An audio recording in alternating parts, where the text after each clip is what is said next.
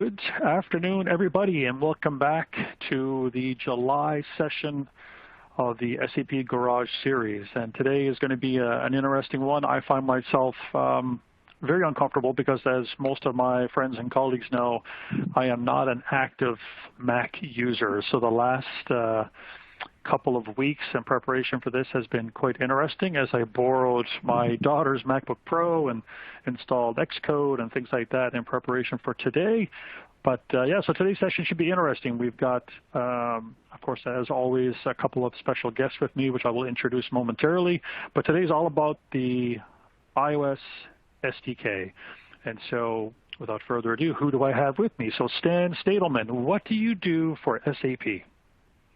I'm the product owner for the Cloud Platform SDK for iOS with the development organization. Awesome, awesome. So I can't have anybody closer to the heart of that product than Stan. So as in previous sessions, unfortunately, there's no way for you to interact voice-wise, but we want to use the Q&A pod should you have a question, and I'm assuming there'll be lots of questions, so just throw them all into the Q&A pod. If you want to say hi, how you doing, put that in the group chat that you'll see there as well. And then also we have Manju Gudasai, he's with us as well. He's going to be manning the Q&A section, and in fact, Manju and I were both in India last week, and this is in fact where this idea for the purchase order approval with the iOS SDK came up. And so he's extremely well-versed in the iOS SDK. So put all your questions, and then if he's not able to answer them, which I would be surprised if he couldn't, then myself and or Stan will make sure that we send the answers out afterwards.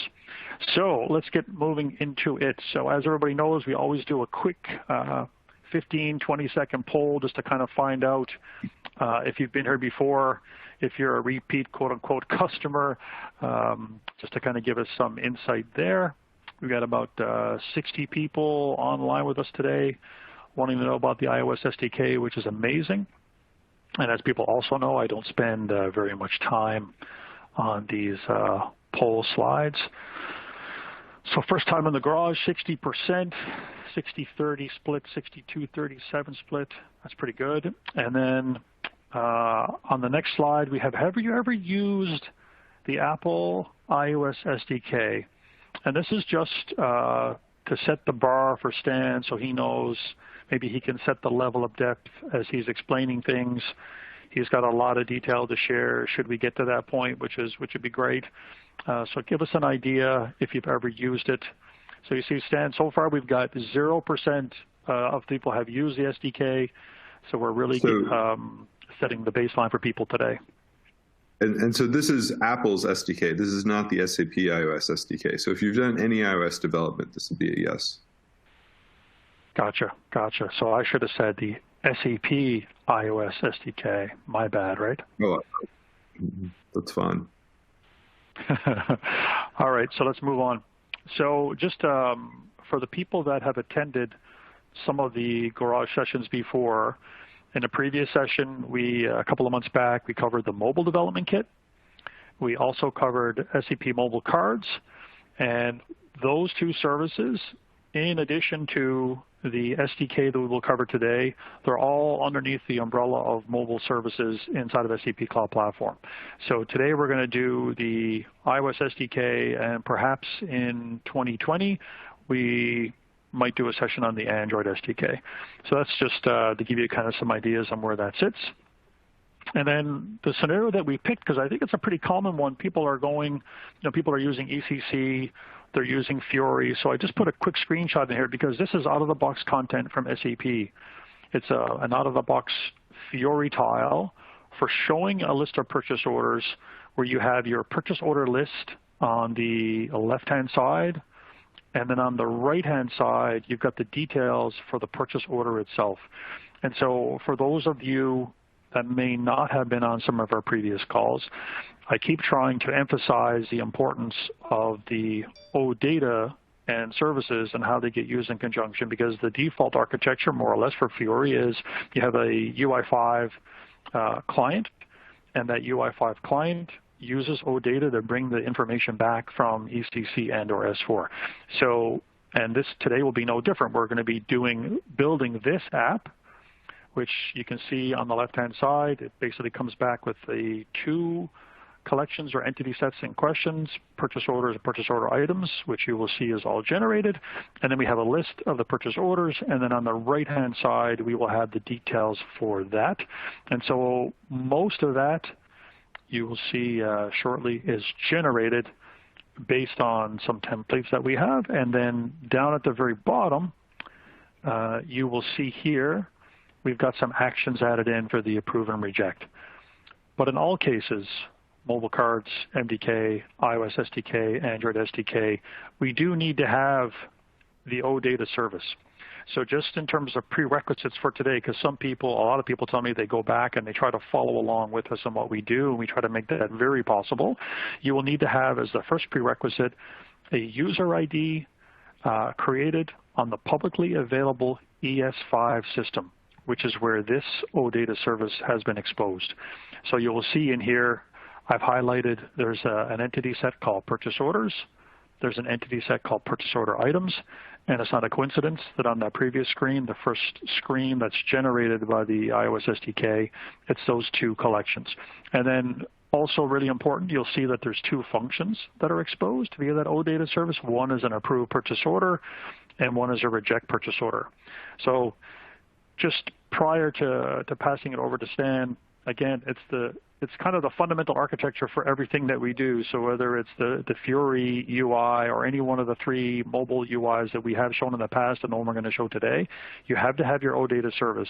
And the big thing is, because we have NetWeaver Gateway and we can use that in conjunction with ECC, this approach would be very applicable to existing customers with ECC that have not yet gone to S4, and it would also be very applicable for an S4 customer in the exact same way. So, okay, so Stan, I will transfer the control to you, and what Stan is going to do, he's going to give us, as we always do, some insight into the iOS SDK, where it fits, some detail in there, and then once he's done with that, we'll transition back to me, and I'll walk you through the creation of that purchase order approval in the last 20, 25 minutes of the presentation.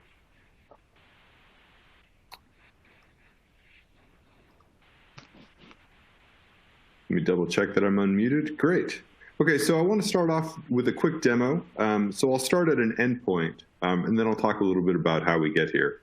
So an app that I'd like to share today is actually coming from the SAP IT team, and this is available to all SAP employees internally.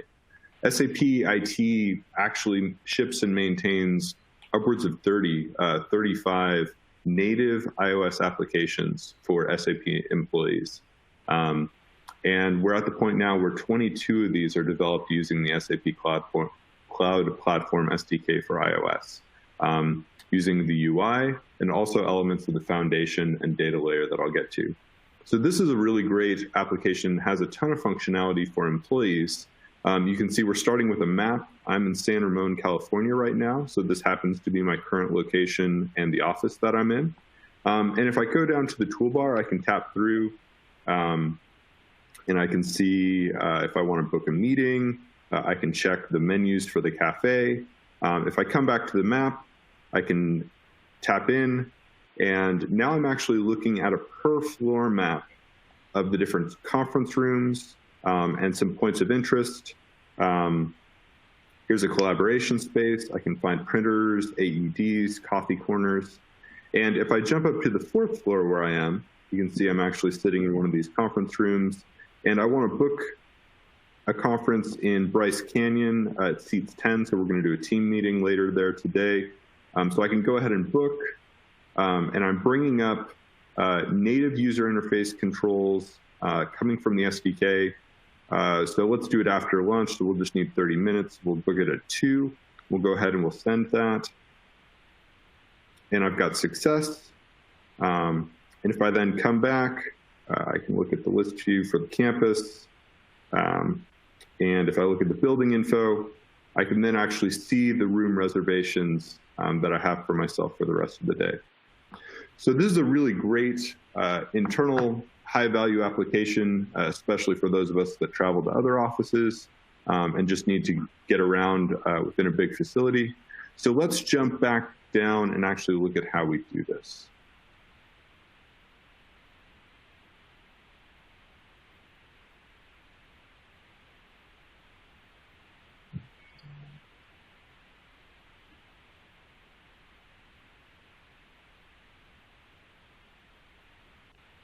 I'll give it a moment to let the slide come up.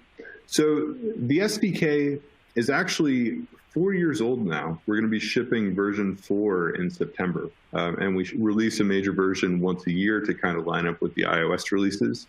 And I used to get a lot of questions like, I hear about Fiori. Are we taking Fiori UI5 applications and somehow embedding them into native apps like some development was done with Cordova? Or are we taking native apps and we're going to make it available via UI5? There's a lot of confusion about that. We are talking about pure native iOS development. So the development happens in Xcode is the IDE. We're talking about the Swift language. We're up to Swift 5.1 now.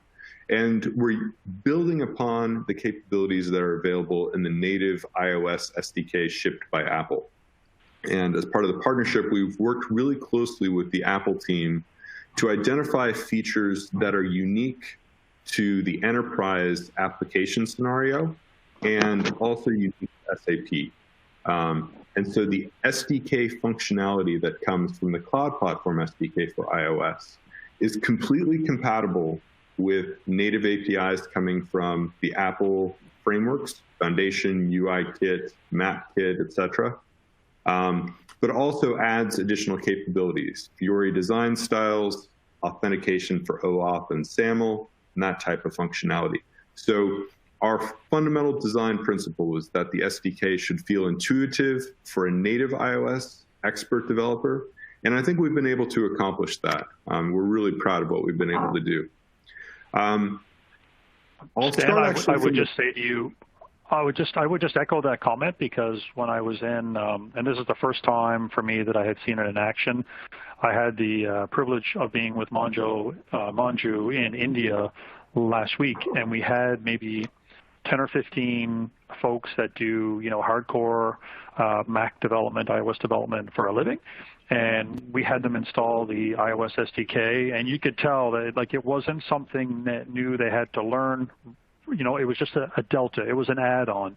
We weren't suggesting that people do things in a completely different way, and they just took it, and very quickly they were up and running with that. So that's a really important point that you make, that it's just meant to complement what's going on, not replace core features and functions. Absolutely, yeah. And it's critical because, there's, anywhere between 1 million and 10 million iOS developers that that have logged into the developer community via Apple over the past 10 years. And so there's just a massive wealth of developer content, education materials that we can all pull from. And so it's a real high leverage play for us. So I want to introduce the SDK actually starting from the UI. SAP has really evolved into a design-centric development paradigm. And so we start with the wireframes, with the user research, and then extrapolate the architecture from the user scenario. So at the top, I'll introduce the Fiori framework and some of the UI controls. And then I'll talk about the data layer, building off what Scott just introduced. We're going to build an application that's consuming an OData service via cloud platform and mobile services. The SDK includes a networking and authentication layer that extends the native authentication capabilities of iOS with support for SAML authentication, two-factor auth. We have a utility framework that we call Flows, which marries the UI and the foundation capabilities to provide kind of out-of-the-box customizable user onboarding sequences, and we'll talk a little bit about that. There are some administrative capabilities of mobile services around logging, tracing, policy enforcement. And last, I'll introduce some of the newer features we're rolling out in the area of machine learning. So the Fiori design is a full reimagination of the Fiori design guidelines that are broadly known in UI5. UI5 applications use the Fiori design. They have the Fiori templates, the Fiori components. And our design team worked with the Apple design team to reimagine how those would be rendered in native iOS human interface guidelines. So this is just a subset of those views. You see some table view cells, collection view cells, header views, and they're really designed to make it very easy to build, high quality business applications, and they're all designed around rendering enterprise business scenarios. We publish these design guidelines on a public-facing site, experience.sap.com, and we have the design guidelines for iOS and also web and Android. And these design guidelines are really great because not only do they document what the controls are, but they also provide a lot of context about how they should be used, even the navigation flows for the applications. And they're a great resource for designers as well as developers to understand the best practices of these components. Last, we provide a downloadable stencil document for the Sketch application, which is a really common wireframing application used for iOS application designers. And it makes it really quick and easy to develop high fidelity application wireframes that line up one-to-one with the components in the Fiori SDK. So it is, as a general rule, true that you can develop a high fidelity wireframe using these stencils and then go and implement that just using the native controls one-to-one. And it makes it very quick and easy to build these really nice, highly functional UIs. So next, I'd like to talk a little bit about the OData stack. Scott provided a screenshot of the model earlier. I'll just reiterate it here.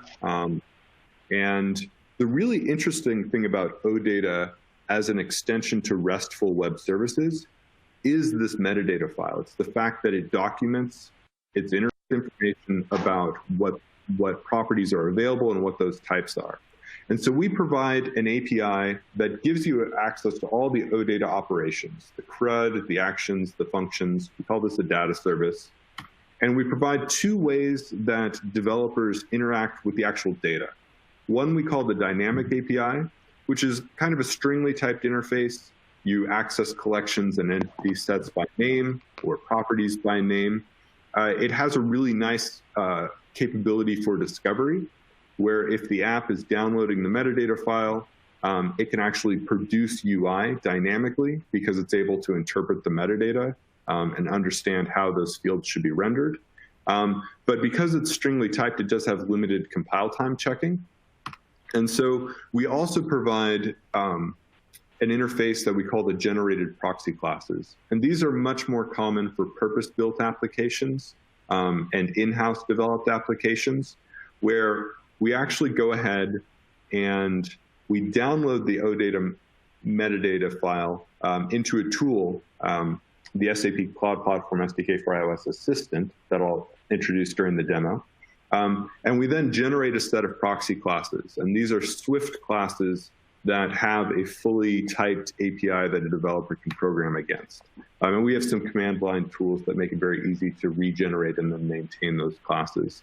And the great thing here is that then your application is strongly typed and you have compile time type checking. So then the communication pattern underneath the OData is really where SAP is traditionally shined here. And this is support for both online and offline communications. So the online communications are obviously via HTTPS. They're using the networking stack of iOS plus some SAP authentication providers. And the high-level message here is that the transactions are tried immediately. So you require network connectivity. This is your web experience. But we also provide the offline provider. And in this case, the same OData queries that are called by the developer are actually translated to SQL and executed against a local database. And then periodically the deltas are synced to the backend and remote deltas are downloaded. And so we utilize a proprietary protocol, Mobile Link, which has been in market for, I think, 15 years at this point. It's really robust, really optimized, and then wrapped via HTTPS.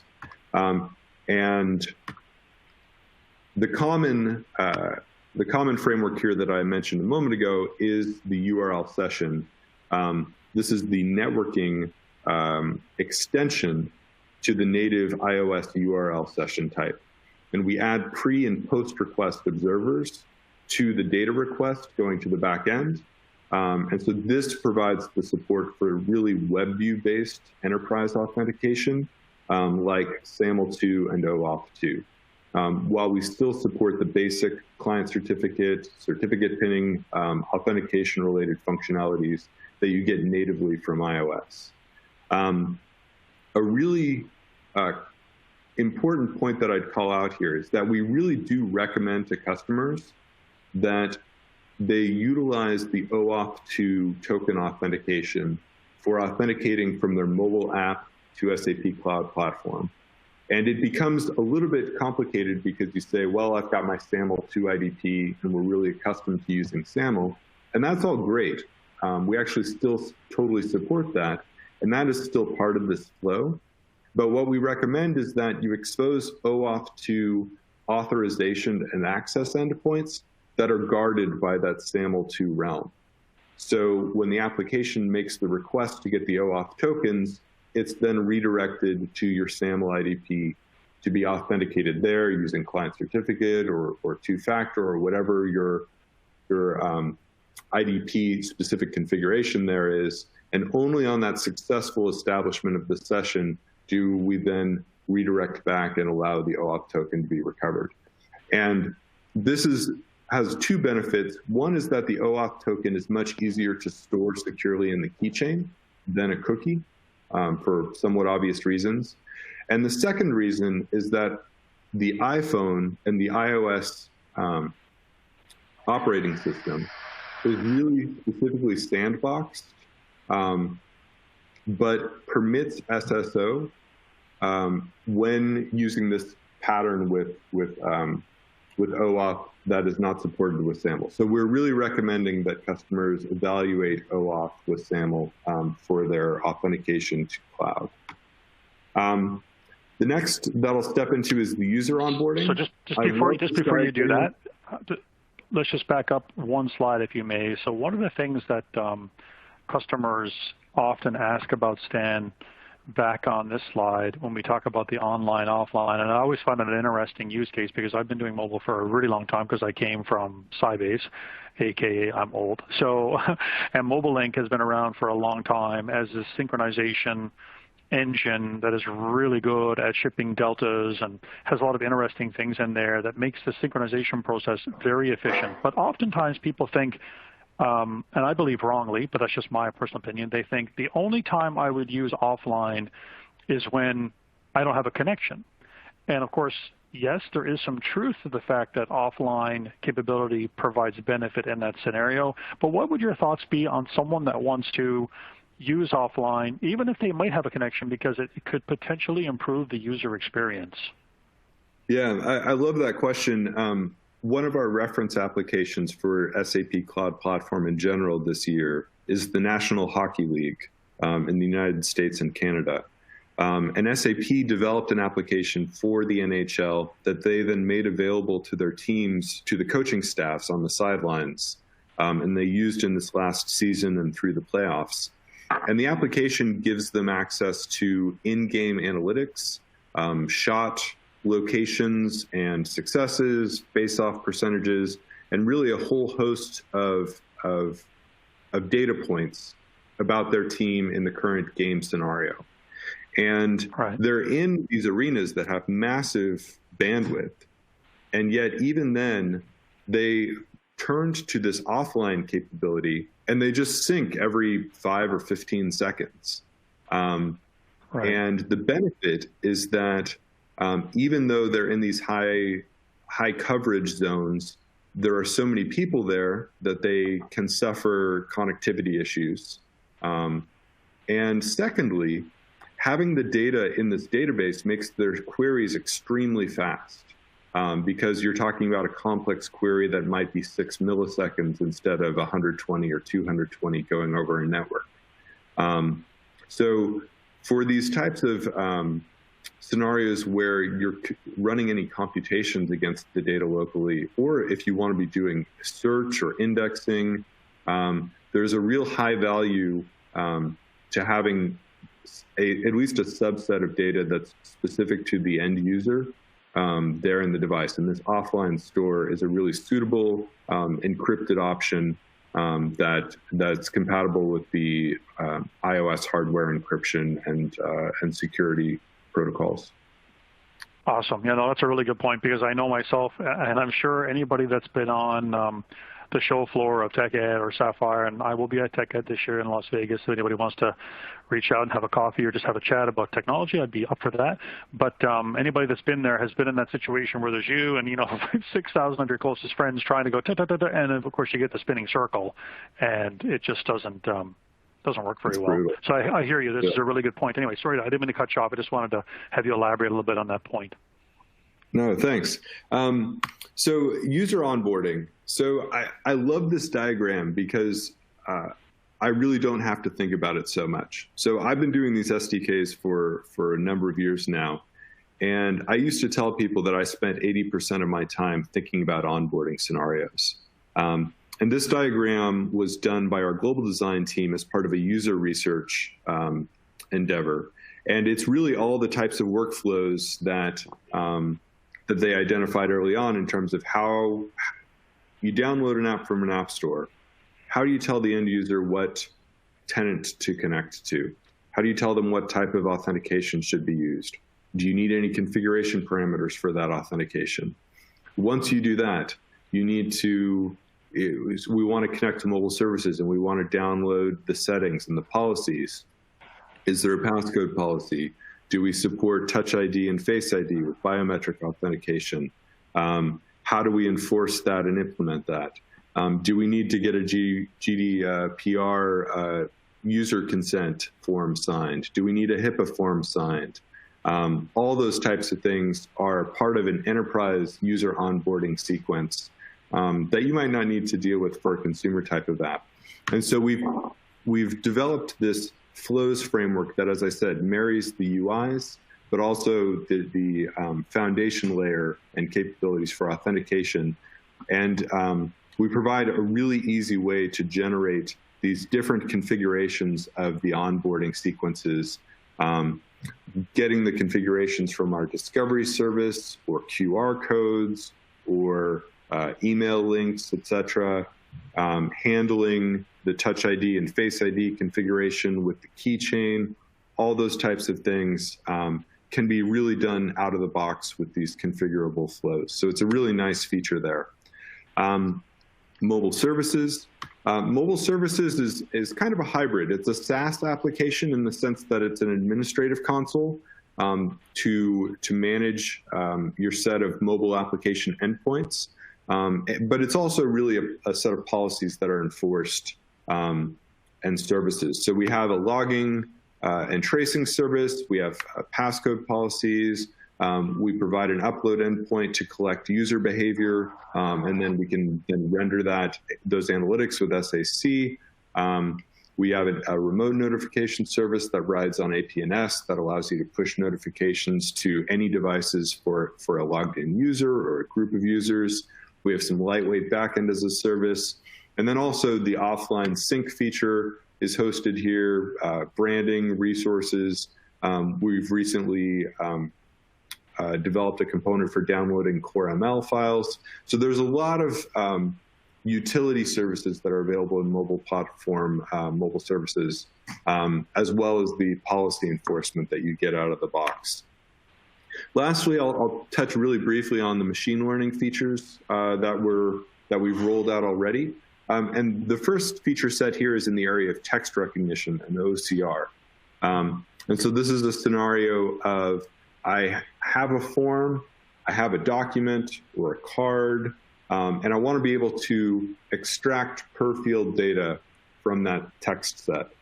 And so this could mean, so we have a regex matcher that allows you to really easily identify phone numbers or address info and pull those out, or also develop your own regular expressions to extract user IDs.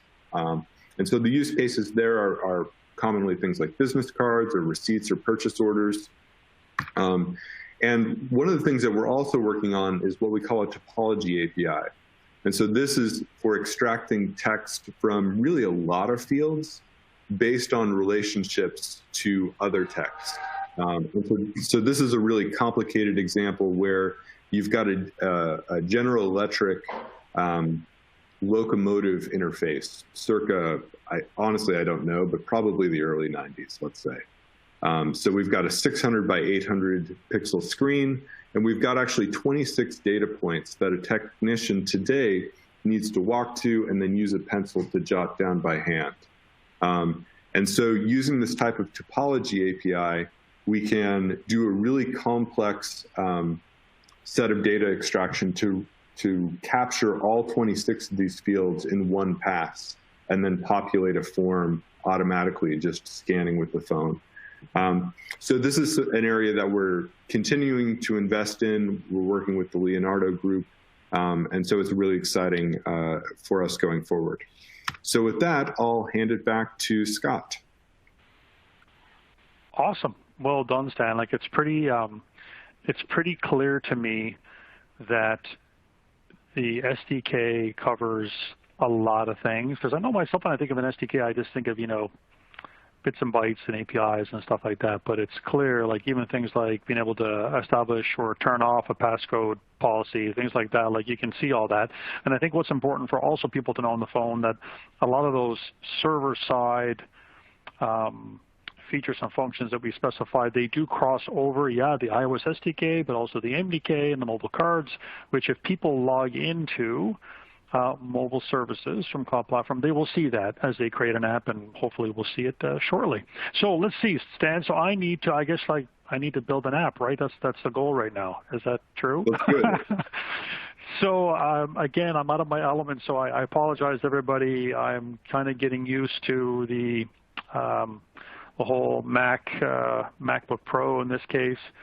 I can't even get the name of the piece. I shouldn't say PC, right? That would be maybe insulting, but got to get used to that.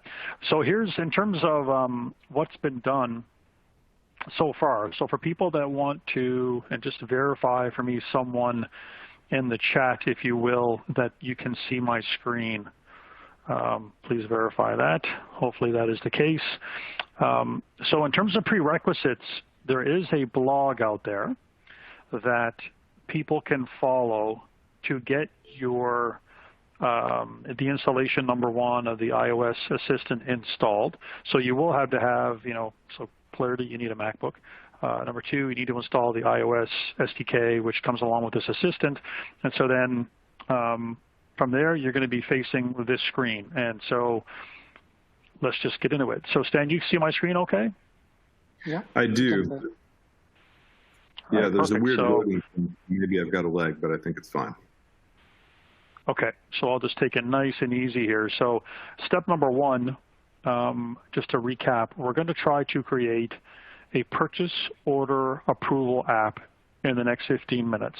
So the prerequisite, again, just to recap, is the user ID password on the ES5 NetWeaver gateway system on the internet. And there's a page out there on the internet. If you just kind of Google it, you'll see all the services that we post. So that's out there, and we're going to reuse that. And prior to this moment, I've done two things. One, I've created a destination. So for those of you that have been on previous calls, we talked about this concept of a destination, which basically is a pointer to a back-end system, or a back-end service, I should say. So in this case, I've created a pointer to the purchase order OData service that I previously showed you, and you're going to see that reference shortly. But anyway, so let's do a create new. And so Stan, we've got 4 different templates here. Can you just kind of give us an idea when I would use, which one and in which circumstances? I know we're going to use this create new one today, but why would I use the other 2? Yeah, so I use reuse a lot. So we're going to do 2 steps here. One is to declare the application configuration on mobile services.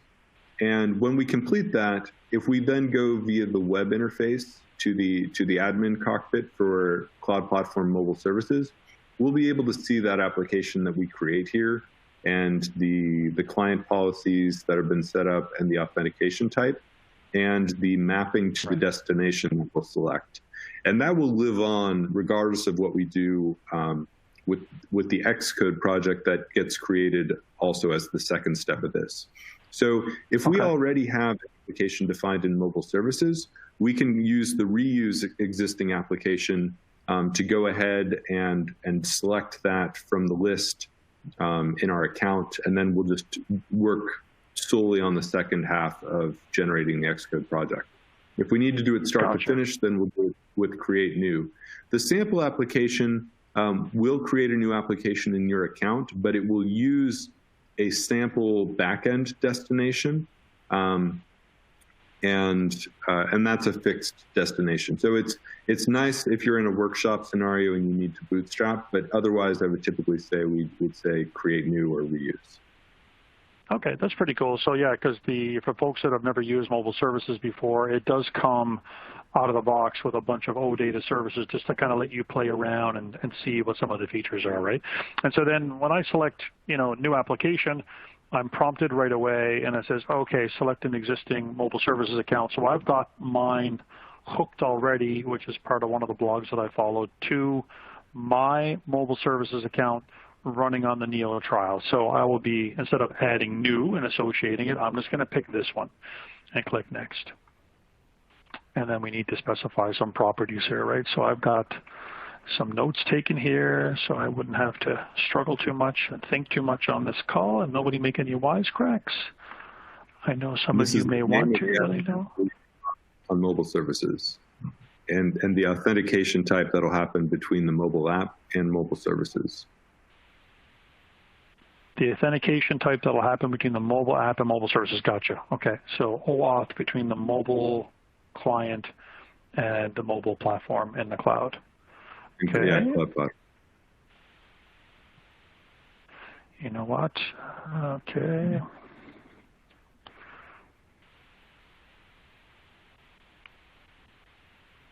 Now, I'm just going to take you off here for a second because I don't want people to see my password. I don't know if it shows it momentarily, but just in case. Hold on, I go back to share.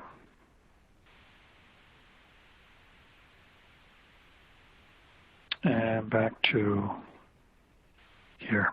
Okay, you see my screen again? Yep.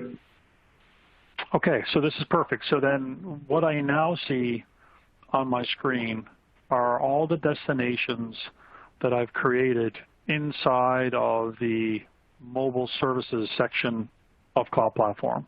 So I already had one in there as a result of some of the work I was doing with a customer last week. We were showing them a very similar scenario.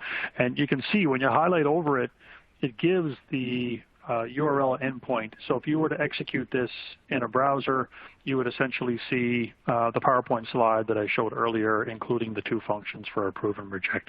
So we'll select this one, and we'll hit next.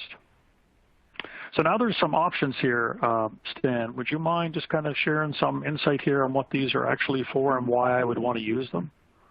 Yeah, there's 2 things happening here. So first off, we're setting which features are enabled in mobile services for the app we're creating. And we're also going to generate code in the Xcode project we're creating that uses these features. So we're enabling log upload and remote notifications by default. Remote notifications do require an actual device, so we won't mess with that. We'll get to pick whether or not to generate the online or the offline version of the provider. I think we'll use online here, but it is interesting to note that from a project generation standpoint, activating the offline variant of this is literally just switching the radio toggle. The last is the discovery services, and we can turn this off.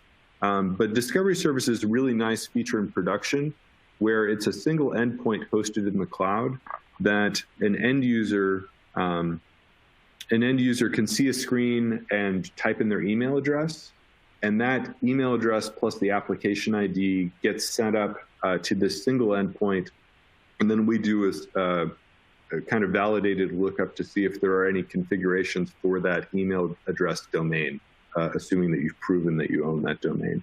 So it's a really great way to get configurations for a user using only an email address. But here, since we'll just actually package them into a plist. So let's uncheck that button and hit next. Okay. And then we have to get a product name. So I've got SAP, column SAP.es5. So I specify that. And we've already got this ES5, just again highlighting the URL that we're going to be using, hitting next. And then here, what's going on here? We have three, but I mean, clearly we see that we have three different templates, but we've got the master details screen. So under what circumstances would I be picking these other two? Yeah, so typically here you'll pick onboarding or master detail. So master detail will generate the onboarding flow. So, getting the user's configurations, authenticating them, using the keychain, et cetera. But it'll also generate a sample UI that it's an entity viewer. It shows you a list of the collections and then lets you navigate the data that comes back. And we'll see that in a moment. Typically, you can take that generated project and then just delete those generated UIs and substitute your own. So to eliminate that step of deleting the generated UIs, we also have an onboarding template that generates the onboarding stuff but no UI. So here, let's actually start with a scaffolding UI, and we'll use the master detail one. Awesome. Okay, I'll hit finish, and then it's going to go and do some magic. Now, I will not be, for the most part, creating any UI, because people that know me, my creativity skills are not the best. And in fact, Manju provided all the code for me to make this app work. So I'm just going to be cutting and pasting all of that today. But if anybody wants a copy, we could certainly share it. Not a problem. And I've created some code snippets, which is a nice little feature inside iOS where I can just double click and inject the code, because you didn't want to see me typing today, that's for sure. So anyway, so here we are. So I think one of the things that Manju suggested I do is kind of build it out of the gate. So some stuff has been generated, and I'm just going to hit the, not the Control B, the Command B key, using the right iOS terminology, Command B to build it. And then I think if we now hit the Command R, it should invoke the simulator, and then we should see, I guess, the iPhone XR pop up with the scaffolding that you said was generated on an iPhone, right? Yep. Let's see. And this is like, so to this point, 5 minutes, kind of just watching me type in basically the name of the project, more or less. And then we're going to have to kind of, quote, do this onboarding process that you referred to, so which is all generated, which is nice. So let's do that.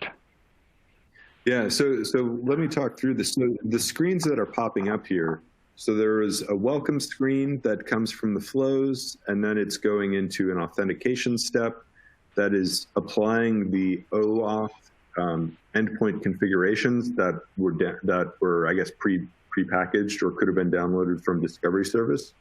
And then we transparently presented a web view. So that authentication form is actually a SAML-style form authentication that is guarding one of those OAuth authorization endpoints.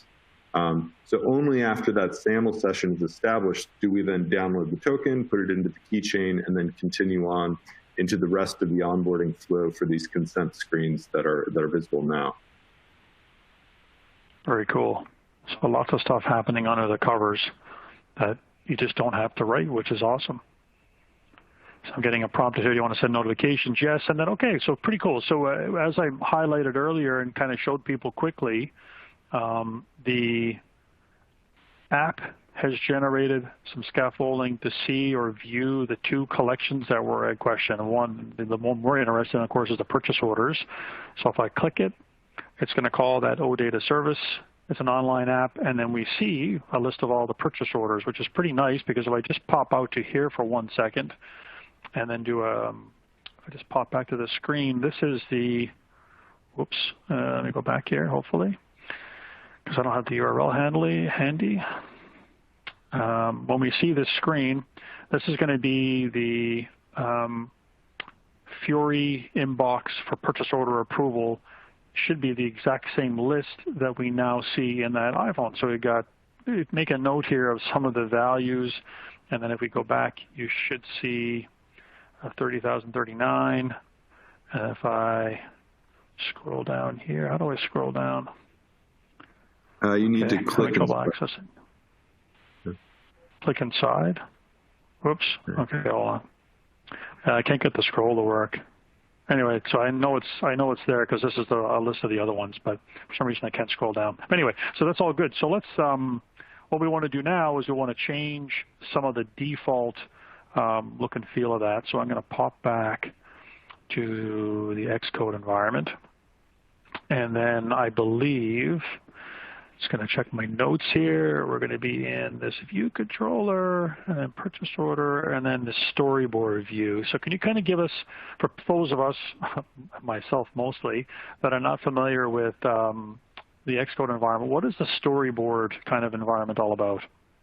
Yeah, so this part of Xcode is called Interface Builder. And the storyboard is actually just a name for an XML file that describes a set of scenes and the navigations between them. And so it allows you to bootstrap a navigation sequence in an application really quickly. And you can break your application up into these multiple storyboard files. If you have a more complex project that you need to distribute across different teams. Okay. There is a little bit of WYSIWYG here where you can drag and drop view elements or controller elements from the palette. But I think we'll probably skip over that here. I would note, if you guys have heard about SwiftUI, you may have seen the next generation version of this that does even live previews of the controls. So this area is where a lot of developers spend time kind of outlining the application. Okay, so now as per the instructions that I have here, and maybe you can tell people what I'm doing as I do it, but I'm going to change this class name to be something else. I just need to make sure I do it properly, because otherwise if I spell it wrong, it's not good. Map, detail, tag, object, table, view, cell. Just rolls her up the tongue. So what am I doing right now, Stan? Yeah, so what you've done is you've highlighted a table view cell configuration in a table view in the master scene. So table views are composed of table view cells, and those are pooled based on their reuse identifiers. So for each reuse identifier, you specify, I want to use this class. And then when the end user is scrolling, the table view will call the developer and say, please give me a cell for this location, and using this class. And so the developer then grabs that cell and does the data binding that I think we'll get to in a moment. Yep, absolutely. And I just have to modify as well this identifier. And I think it's the exact same value that goes in there, FUI, map, detail, tag, object, table, view, cell, exactly. So I just modify that identifier.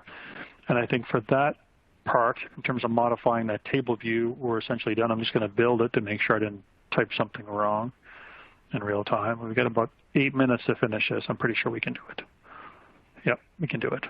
Okay, so then from there, I'm just going to change to my next set of instructions.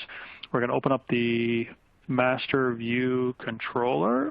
And so what does this master view controller do just in general while I'm throwing in some code here. So master and detail view controller is a typical iOS paradigm where you have a table view, and then it's expected that when you tap on one of those items, you'll then navigate into a second view controller that has a table view that has the details for the item you just selected. So you have the master list, and then you have the detail for whatever item was selected. So I think the master here is going to be the list of entities or the list of purchase orders, and then the detail view controller is going to render the details of the selected purchase order. Okay. Cell for row at, cell for row at, sorry. I see that. Why am I missing it here? So, oh, here you are, right there. Okay, so I've got the two functions changed in the master view controller. To my knowledge, that's the only two I needed to do, and I need to do 3 in the detail view controller. So one thing I want to ask you about, which is generated for us, and back on that one of the properties pages, we did specify a module called SAP Fiori. So what exactly are these? Because you had talked about, some of the code that gets SAP makes available as part of the SDK. I'm assuming that code is brought in here as part of these imports. That's exactly right. So we have a set of, I think it's 6 dynamic framework files that are part of the SDK now. Common and Foundation have the networking stuff that I was talking about. Fiori is the UI. OData and offline OData are obviously the data layer. And then SAP Fiori Flows is that has the dependency on both the UI and the Foundation that does the onboarding sequences. Most recently, we've also introduced the SAP ML that has the text recognition component. Cool. You did load. Okay, I'm almost done. I have one more to do. And then these view, can you just comment just while I'm typing in or copying and pasting this last one? These view did load functions, that's standard lifecycle type stuff? Yeah, so the code that we're working in right now is a view controller. And so iOS applications are very loosely MVC in principle. And there have been a lot of different application architectures that have grown up really in response to how poorly iOS deals with MVC. Because you have these view controllers, which in principle should manage a group of views. But they tend really kind of they tend for a lot of reasons to also aggregate a lot of model information also, as well as some view state. So they tend to kind of be these massive globs, and there's a lot of literature about how to break view controllers up into smaller components. But what we're dealing with here is the life cycle of those. So a view controller gets loaded once, and so it's typical to have some bootstrap code that goes into that view load. And then it also has appearance lifecycle methods. So view will appear, view did appear, gets called whenever a view becomes the primary view on the current navigation stack. So it may get called multiple times. Gotcha. Makes sense. And then, so here now, this last section of code, so I just built the file that seemed to build without any major errors, a few warnings. I think those are okay. But I want to touch on, because as we're trying to obviously publish a purchase order approval app, you can see that there's 2 functions that have been added here. So what have we done here exactly? We put this extension in. I've got 2 functions, and add actions, and then inside there's an approve and reject. But at a high level, what's going on here? It looks like we're adding some buttons as part of this code as well. So we're adding buttons. So these UI bar button items, the approve and reject button, these are being added to a toolbar. On line 514, you see self.toolbar items equals these 2 buttons. But UI controls in iOS follow a target action pattern where you end up registering an action to be called to a target based on whatever those controls events might be. So on value change or on click, or there's a number of different events that controls support. So here we're registering this view controller to handle the action of the click to then call approve or reject based on the binding. Okay, cool. So I've just hit the run just to see if the changes I put in there. And I know sometimes people have said to me in the past, Scott, if you cut and paste some code, you got to give us access to it because no one's going to understand all the code that was, just pasted in. And I understand that. So we will definitely share that, not a problem. So we've run the app now, and right away you can see that the look and feel as a result of swapping out those classes that we did initially on that table view, it's now changed the look a little bit. And we really didn't change too much by swapping out that class name. And then you can see it's navigable, so we'll just click on that guy. And then we see that we have the purchase order details all listed. But now, as per the explanation that Stan just gave, we now have two buttons, approve and reject. And I'm guessing that one is 521. And 521 is here, Japan insurance partner. If I go back, and I'll just approve this guy. Say it again. I'm looking at the header. I think you're 2020, right? Yeah, 30 million 20. So that one has been approved. It was the value of the PO was 521.22. So I would do a refresh inside the Fiori app, just kind of showing people some options. That one should now be gone, and you see it's gone now. So we just built, literally, I know we cut and pasted a bit of a code in there, but really in the course of 20 minutes, we were able to build that purchase order approval app from scratch using the iOS SDK, which I think is pretty cool. So I'll just stop there. I'll pop back quickly just to kind of finish off on one or two things that we always like to tell people, because we don't actively go after people after these sessions. We like to keep them very much on the showing software. But if you heard something today, it wasn't clear, you want to pick Stan's brain some more, because there's lots of stuff in there you might want to investigate or talk to Manju or myself, even though I'm not deep on the iOS SDK for sure, you just have to answer yes, and we'll get a hold of you and follow up so you can answer that. I also wanted to show you the agenda. So in August, I will take a break. Yay me. So I'm going to take a 2-week vacation. It's the only month of the year we won't do a garage session in vacation. But we will do a chatbot session in September, which I think will be pretty cool. And then in October, we're going to do a slightly different format. So we just got confirmation that Gunther Rothermal will join us in October, and we will do kind of a one-to-one interview type session with him. And so if you have questions between now and October, I mean, the plan is to give everybody kind of a rundown of the announcements that happened at TechEd for those of you that couldn't make it. But if you've got questions, tweet me at ScottDillon1 or send me an email, scott.dillon@sap.com, and we'll get on to that for sure. And then last but not least, in November, we will do the CAP model, the SAP application programming model, and we'll tackle that. So that's kind of the wrap for today. So Stan, any parting words? Any want to summarize things, like, in terms of people using the iOS SDK, in terms of people getting their hands dirty quick? This is a good introduction today, but if they wanted to take it to the next step and get some hands-on experience, how would you suggest they do that? So we have a ton of really great tutorials on developers.sap.com in the mobile technology section. And I would absolutely recommend that you start there. Okay. Yeah. That'd be awesome. That'd be awesome. Well, listen, Stan, thank you very much. Manju, thank you very much for hanging out in the Q&A. I don't know how many questions we got today, but I think a lot of information shared again in the 45, 50 minutes that we're together. But thank you very much, and hopefully we will see you either A, at TechEd, because I will be there. For sure, if you're at TechEd, say hi in Las Vegas. If not, we'll be back here in the garage either September 25th or 26th. So thanks, everybody, for coming out, and we'll see you next time.